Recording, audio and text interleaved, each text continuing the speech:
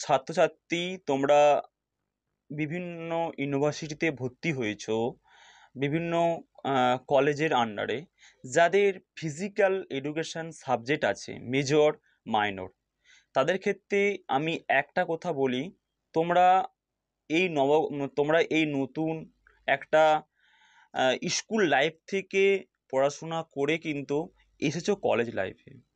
তোমরা এইটা ভাবো না যে আমরা স্কুল লাইফে আমরা 2 দিন পড়াশোনা করে, 3 দিন পড়াশোনা করে, 1 সপ্তাহ পড়াশোনা করে, 2 সপ্তাহ পড়াশোনা করে আমরা পাস করে গেছি। কিন্তু কলেজটা কিন্তু সেভাবে হবে না।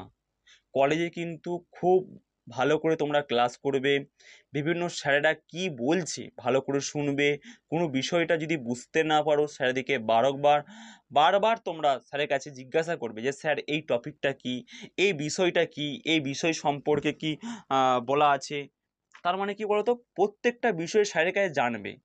আর এখন যেহেতু 3 ইয়ার্স এবং 4 ইয়ার্স কোর্স হয়েছে, পার্টিকুলারভাবে দেখবে সেভাবে কিন্তু বই নাই ফিজিক্যাল এডুকেশনে বলো। তার মানে কি, একটা আবার বিভিন্ন খণ্ডগুলো আলাদা আলাদা খণ্ডর বই বই আছে।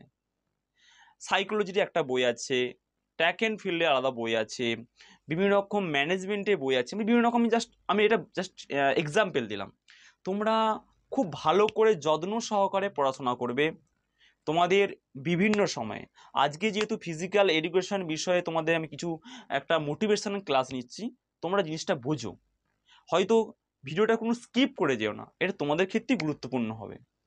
ঠিক আছে, দেখো ফিজিক্যাল এডুকেশন, শারীরিক শিক্ষা, আমরা শারীরিক শিক্ষা এডুকেশনটা কেন পড়বো, কী জন্য পড়বো, আমরা কি পড়লে কি হয়, শারীরিক শিক্ষা লাইন নিয়ে আমরা জীবনে আগালে আমরা জীবনে কি হতে পারবো। দেখো, তোমরা শারীরিক শিক্ষার ফিজিক্যাল এডুকেশন সাবজেক্টে নিয়ে আগালে কিন্তু একটা, এই ধরো গ্র্যাজুয়েশনটা কমপ্লিট করার পর কি করতে পারো বলো তো, বিপিএড করবে।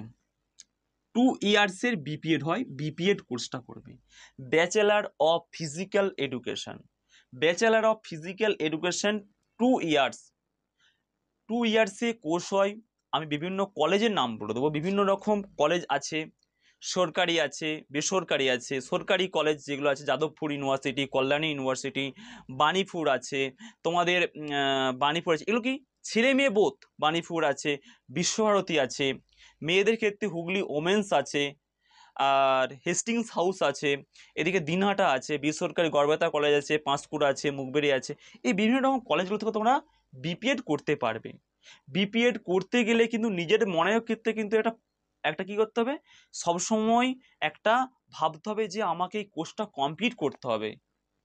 সকাল 5:30 থেকে ক্লাস হবে, মর্নিং ক্লাস 8:30 অবধি, আবার 10টা থেকে ক্লাস হবে 2টো অবধি থিওরিটিক্যাল ক্লাস, আবার 3:30 থেকে সন্ধ্যে অবধি প্র্যাকটিক্যাল ক্লাস। 2 বছর কন্টিনিউ কিন্তু বিপিএড করতে পারবে। বিপিএড করলে কিন্তু একটা হাই স্কুলের মাস্টার, তুমি হাই স্কুলের ম্যাম বা মাস্টার হতে পারবে। অ্যাজ এ বিপিএড করলে কিন্তু একটা যেসব স্কুলে দেখবে তোমরা বুঝতে পারবে শারীরশিক্ষার টিচার আছে, তারা কিন্তু এই বিপিএড ট্রেনিংটা করে কিন্তু তারা হাই স্কুলে মাস্টার যোগ্যতা অর্জন করেছে। ঠিক আছে, যারা এমপিএড করবে, মাস্টার অফ ফিজিক্যাল এডুকেশন, এইটার পর এইটা আছে 2 বছর MPEd, master of physical education. যারা মাস্টার ডিগ্রি করবে তারা বিভিন্ন রকম নেট সেট এবং কলেজে তারা পড়াতে পারবে। এরাও কিন্তু 2 বছর same routine, same class, same সব এরকম। এইটা করলে কলেজে পড়াতে পারবে। বিপিএড করলে তোমরা হাই স্কুলে পড়াতে পারবে, হাই স্কুলের একজন টিচার হিসাবে স্বীকৃতি লাভ করবে। বিপিএড ফিজিক্যাল এডুকেশন বা শারীরিক শিক্ষা যারা দেবে, যেসব স্কুলে দেবে শারীরিক শিক্ষার টিচার আছে, বিভিন্ন রকম ম্যাডাম আছে এবং মাস্টারমশাই আছে, তারা কিন্তু এই বিপিএড করেই কিন্তু শারীরিক শিক্ষা বিভাগে কিন্তু নিয়োগ হয়েছে। তোমরা ভালো করে এই শারীরিক শিক্ষার লাইনটা নিয়ে আগাও। ভবিষ্যতে তোমরা টার্গেট রাখো আমরা বিপিএড কিভাবে করব। হয়তো বলবে স্যার এখন তো কোনো চাকরির কোনো ফর্ম ছাড়ছে না, চাকরি তো হচ্ছে না, তাহলে আমরা কিভাবে আগাবো। দেখো, পৃথিবী আবার শান্ত হবে, নচিকেতারই গান, কিন্তু একটা সময় হয়নি, একটা সময় এসএসসি হয়নি, কিন্তু একটা সময় পর হবে। আস্তে আস্তে জলের কলসি যদি আমার জল গড়ি আমরা খেতে থাকি না, একটা সময় কিন্তু জলের কলসি কিন্তু আস্তে আস্তে জলটা কিন্তু ফুরিয়ে যাবে। তখন কি হবে, শিক্ষা ব্যবস্থা কি হবে, তখন তো শিক্ষা ব্যবস্থার জন্য তো রিক্রুটমেন্ট করতে হবে, অটোমেটিক হবে। নিজের মধ্যে সবসময় সাহস আনো, উদম্য জেদ আনো, ঠিক আছে? তুমি যদি নিজেকে ভাবো দুর্বল, তাহলে তুমি তোমার কাজের ক্ষতি করছো। তুমি তোমার নিজেকে ভাবো যদি তেজস্বী, তুমি তোমার কাজের মধ্যে একটা মানসিকতা এবং সাহস আসবে। As a clear? ভালো করে বোঝার চেষ্টা করো, এইভাবে আসে। এবার আর একটা জিনিস বলি, যে সমস্ত ছাত্রছাত্রী এই লোকাল চত্বর, আমার যেহেতু বাড়ি হুগলি জেলার আরামবাগের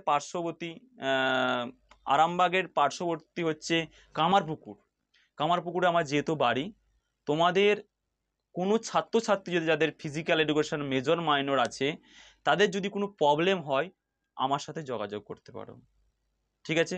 আর কলেজে কেউ আমার সঙ্গে যোগাযোগ করো না, আমার সঙ্গে পুরোপুরিভাবে আমাকে ফোন করবে, ঠিক আছে? অনেক ছাত্রছাত্রী হয়তো আমার কলেজের এই ভিডিওটা দেখবে, তাই তোমরা বলি আমার সঙ্গে কলেজে কোনো যোগাযোগ করো না, আমার সঙ্গে বাইরে তোমরা যোগাযোগ করবে, স্যার আমরা কিভাবে আগাবো, ঠিক আছে? যেহেতু আমার কামারপুকুর রামকৃষ্ণ পরমহংস দেবের পার্শ্ববর্তী গ্রামে বাড়ি, সেহেতু তোমরা এই লোকাল যেহেতু বদনগঞ্জ বলো, হাজিপুর বলো, শ্রীনগর, চন্দ্রকোনা, রামডিয়া, বেঙ্গাই, এই সাইডে কতুলপুর যে সমস্ত ছাত্রছাত্রী আছে, তোমরা আমার সঙ্গে যোগাযোগ করবে।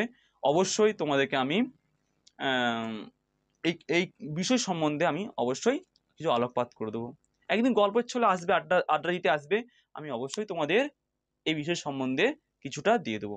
দেখো বিষয়টা অনেকটা ভিডিও লেন্দি করছি না, এই কারণেই অনেকটা স্টুডেন্টদের একটু বেশি লেন্দি হলে কী বলতো, স্টুডেন্টদের একটা মানসিকতা থাকে না যে দেখার মতন, ঠিক আছে? এবারে ফিজিক্যাল এডুকেশন কি, শারীর শিক্ষা কি? শারীর শিক্ষা জিনিসটা হচ্ছে, দেখো মানে আদিম যুগে শারীর শিক্ষা জিনিসটা কি? শারীর শিক্ষা হচ্ছে আদিম যুগে মানুষের যে কার্যকলাপ, সেই কার্যকলাপকে, তার যে রীতিনীতি, আদব কায়দা, সেই বিচার বিশ্লেষণ করেই কিন্তু আজকে শারীর শিক্ষার বিষয়গুলো কিন্তু মডিফাইড করে কিন্তু এসেছে। আদিম যুগে মানুষ কি করত? আদিম যুগে মানুষ নিজেকে বাঁচার জন্য এবং জীবিকা অর্জনের জন্য তারা বিভিন্ন রকম সংগ্রাম করে বেঁচে থাকতে হতো। সংগ্রাম মানে হচ্ছে, একটা গুহাতে বাস করত আদিম যুগের মানুষ, সেই সময় হিংস্র পশু যদি তাকে আক্রমণ করত, তাকে তার হাত থেকে বাঁচার জন্য কি করত, তাকে বিভিন্ন রকম নিক্ষেপ করত, তীর ছড়ত, বর্ষা নিক্ষেপ করত। তার মানে কি, এগুলো কি করতো তাকে বাঁচার জন্য। এমন কি আছে যে তাকে কোনো একটা পশুকে মারার জন্য কি করতো, তার পেছনে দৌড়াতো, যে পেছনে দৌড়াতো, যে দৌড়ে জোরে যে কি করতো, সে পশুটা হত্যা করছো। এই যে বিভিন্ন রকম মডিফাইড, এই যে দৌড়াচ্ছে, মানে কম সময়ে যদি আমি বেশি আস্তে আস্তে দৌড়াই, তাহলে আমার থেকে পশুর ডিস্টেন্সটা কিন্তু অনেকটা হয়ে যাবে। তাই ভাবতে হবে, তাই কম সময়ে বেশি দূরত্ব অতিক্রম করাকে গতি বলে। সেই মানুষের কার্যকলাপ থেকে এসেছে কি, ট্র্যাক অ্যান্ড ফিল্ড ইভেন্টগুলো এসেছে। কি ট্র্যাক অ্যান্ড ফিল্ড বলতে, এই দৌড় রানিং ইভেন্টগুলো এসেছে। দৌড়াতে দৌড়াতে কি হয়েছে, এমন সময়ে একটা সামনে কিন্তু বড় একটা পাথর পড়ে গেছে, সেই জায়গাটা কীভাবে ওভারকাম, তখন কি সে ওভারকে লাফিয়ে বেরোচ্ছে, সেখান থেকে হাই জাম্প এসেছে, তোমার সামনে একটা কি হয়েছে, ক্যানেল পড়ে গেছে, বা জলাশয় একটা সামান্য একটা ক্যানেল পড়ে গেছে, ক্যানেল পড়ে গেছে, সে লাফিয়ে বেরোচ্ছে, সেখান থেকে লগ জাম্প হয়েছে। কোনো পশুকে হত্যা করার জন্য কি হচ্ছে, বল থ্রো করছে, একটা কি হচ্ছে, পাথরকে আমরা থ্রো করে মারছি, সেই যে থ্রো থেকে থ্রোয়িং ইভেন্ট এসেছে। এই যে বর্ষা নিক্ষেপ বা আমরা জ্যাভলিন থ্রো বলি, এই বর্ষা নিক্ষেপ বিভিন্ন পশুকে হত্যা করার জন্য কি করতো, বর্ষা নিক্ষেপ করতো, সেখান থেকে কিন্তু এসেছে জ্যাভলিন থ্রো। ফিজিক্যাল এডুকেশন সাবজেক্টটা কিন্তু খুব ইন্টারেস্টিং। শুধুমাত্র খেলাধুলা এই অ্যাক্টিভিটি ব্যায়াম তা নয়, বিভিন্ন রকম তুমি মনোবিদ্যা সম্বন্ধে জানতে পারবে, সাইকোলজি, এর সাবজেক্টের মধ্যে সব রকম বিষয় আছে। আদর্শবাদ আছে, ফিলোজফি আছে, ফিলোজফি দর্শন আছে, বিভিন্ন রকম সাইকোলজি আছে, অ্যানাটমি পার্ট আছে, বিভিন্ন রকম পার্ট আছে। তোমাদেরকে বুঝতে হবে এগুলো কিভাবে এলো, এই ট্র্যাক অ্যান্ড ফিল্ড, এই রানিং ইভেন্ট, এই জাম্পিং ইভেন্ট, এই থ্রোয়িং ইভেন্ট কিভাবে এলো, কিভাবে কি করতে এলো, কিভাবে মডিফাইড করে এসেছে। ওই আদিম যুগের মানুষের কার্যকলাপ, ক্রীড়া নৈপুণ্যতা, এই যে কার্যকলাপগুলো দেখেই আজকের যুগে এই ট্র্যাক অ্যান্ড ফিল্ড ইভেন্ট এই বিষয়গুলো পুরোটা এসে মানুষের কতটা তার যে ক্রীড়া পারফরমেন্স, তার কতটা ক্রীড়া নৈপুণ্যতা দেখার জন্য কিন্তু আজকের এই এত বেশি মডিফাইড যুগে বা আধুনিক যুগে এত বেশি এশিয়ানস গেমস হচ্ছে, এশিয়ানস গেমস হচ্ছে, তোমার এরকম অলিম্পিক গেমস হচ্ছে, কমনওয়েলথ গেম হচ্ছে। এগুলো কেন, কি জন্য? ঠিক আছে, আরও বিষয় জানতে পারবে। দ্বিতীয়ত বলি, শারীরশিক্ষা ফিজিক্যাল এডুকেশনের মধ্যে আরেকটা জিনিস তোমরা ভালো করে বুঝবে, কিছু কিছু জিনিস আছে। শারীরশিক্ষা কি? শারীরশিক্ষা শুধুমাত্র শরীরের অঙ্গ প্রত্যঙ্গের বিষয় সম্বন্ধে জানতে পারা যায়। শারীরশিক্ষার মাধ্যমে একজন ব্যক্তির কি হয়, শারীরিকভাবে, মানসিকভাবে, সামাজিকভাবে, প্রাক্ষবিকভাবে একজন ব্যক্তিকে পরিপূর্ণভাবে সুমানুষ হতে প্রতিষ্ঠিত সাহায্য করে। এই বিষয়গুলো ভাবতে হবে কি বেসিক যেগুলো কি শারীরিকভাবে, তার ফিজিক্যালভাবে, মেন্টালভাবে, সোশ্যালভাবে, এবং এই বিষয়গুলো তার মধ্যে একটা কি হয়, পরিপূর্ণ বিকশিত লাভ করে। অ্যাজ এ ক্লিয়ার, ভালো করে বোঝার চেষ্টা করো। আর তোমাদের যদি কোনো মনে হয় যে স্যার আমাদের একটা অনলাইনে কোনো টপিকের বিষয়ে আপনি লাইভ ক্লাস নিন, আমি অবশ্যই তোমরা কমেন্ট করবে কমেন্ট বক্সে, আমি অবশ্যই লাইভ ক্লাস নেব। বিভিন্ন বিষয়ের সম্বন্ধে বুঝতে না পারলে তোমরা বলবে। একটা ফিজিক্যাল এডুকেশনে সব থিওরিটিক্যাল পার্ট থাকলেও তোমাদের জীবনে সবসময় ভালো করে গুরুত্ব সহকারে শিখবে ট্র্যাক অ্যান্ড ফিল্ডের অঙ্কগুলো তোমরা বিভিন্ন সেমেজে পাবে, বিভিন্ন ইউনিভার্সিটি, বিভিন্ন সেমেজে তোমরা ট্র্যাক অ্যান্ড ফিল্ড পাবে এবং টুর্নামেন্টের অঙ্কগুলো পাবে। যে জীবনে ট্র্যাক অ্যান্ড ফিল্ড এবং টুর্নামেন্টের অঙ্ক করতে পারবে না, তার ফিজিক্যাল এডুকেশন সাবজেক্টটাই বেকার হয়ে গেল। এই দুটো জিনিস কিন্তু খুব very important part of the physical education. As a clear, এবারে আসছি তোমাদের বিভিন্ন রকম সিলেবাস আছে। শারীরশিক্ষা কাকে বলে? শারীরশিক্ষা আমি নিজের ভাষায় বললাম। একজন বিভিন্ন শারীরশিক্ষাবিদ আছে, বিউকার আছে, জেভিনাস আছে, তারা কি বলেছে তাদের সংজ্ঞাটা আমি ইংলিশে দেওয়ার চেষ্টা করব। যে সমস্ত ছাত্রী তোমরা পারবে না তারা বাংলায় লিখবে, কিন্তু বাংলায় সঠিকভাবে তোমরা লিখবে। ক্লিয়ার? নেক্সট আসি, এবারে কি শারীরশিক্ষা কাকে বলে, শারীরশিক্ষার লক্ষ্য, শারীরশিক্ষা উদ্দেশ্য, শারীরশিক্ষা ভ্রান্ত ধারণা, স্পোর্টস গেমস, ঠিক আছে, জিমন্যাস্টিক্স, অ্যাথলেটিক্স, এগুলো ভ্রান্ত ধারণা, মানুষের মধ্যে ভ্রান্ত। এগুলো তো এর মধ্যে এগুলো হয়, শারীরশিক্ষার মধ্যে এগুলো হয়। শারীরশিক্ষা দেহ চর্চা এগুলো নয়, এই বিষয়গুলো ভাববে। আর আজকে আমি ভিডিওটা বেশি লেন্দি করছি না। আর একটা স্যারকে বিভিন্ন সময়ে মোটিভেশন করতে গেলে, একটা বেশি নাম্বার পেতে গেলে তোমাদেরকে সবসময় মনে রাখতে হবে, একটা নোটের মধ্যে 4টে পার্ট রাখবে। 4টে পার্ট কি রাখবে? 4টে পার্ট, সবসময় 4টে পার্ট থাকবে। 4টে পার্টের মধ্যে তোমরা চেষ্টা করবে, প্রথম হচ্ছে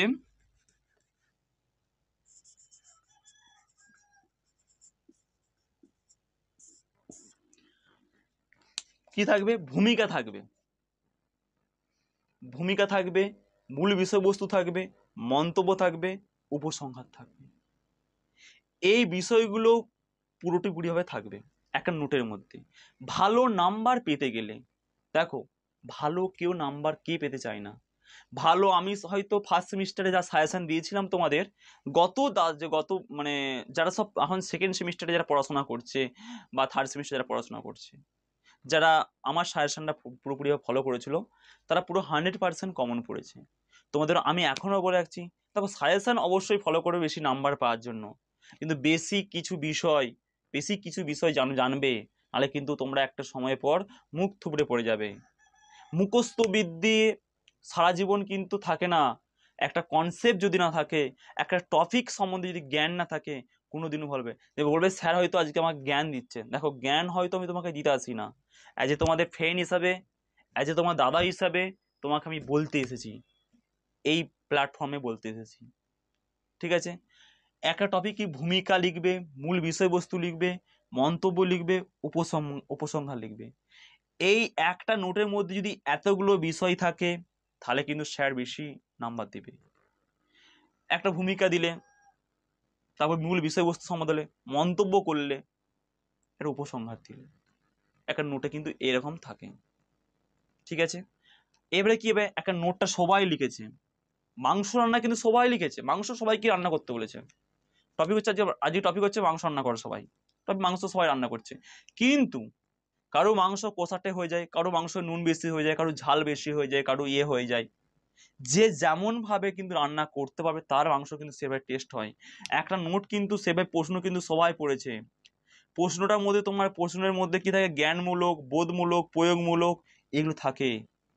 একটা নোটটা তুমি লিখলে, লেখার পর কি থাকবে, দেওয়ার চেষ্টা করবে রেফারেন্স বুক। এই রেফারেন্স বুক সবসময় দিবে দিবে এই রেফারেন্স বুক দিলে কি হয়, রেফারেন্স বুক দিলে 1 নম্বর 2 নম্বর করে রেফারেন্স বুক দিবে। কি, রাষ্ট্রবিজ্ঞান সমগ্র, রাষ্ট্রবিজ্ঞান সমগ্র কি লিখলে, ডক্টর সুব্রত কর, ঠিক আছে, ডক্টর সুব্রত কর। শারীরশিক্ষা ডক্টর অজিত দাস। আচ্ছা, শারীরশিক্ষা, তারপরে লিখবে উচ্চতর উচ্চতর শারীরশিক্ষা ডক্টর সুব্রত কর।